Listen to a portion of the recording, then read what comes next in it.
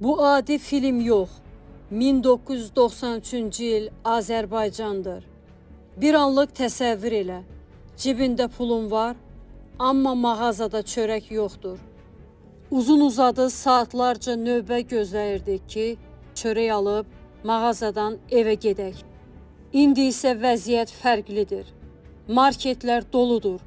Çörək çeşidi boldur. Kartla, telefonla, onlayn sifarişlə alırıq. İstədiyin saatda, istədiyin növdə hər şeyi tapmaq mümkündür.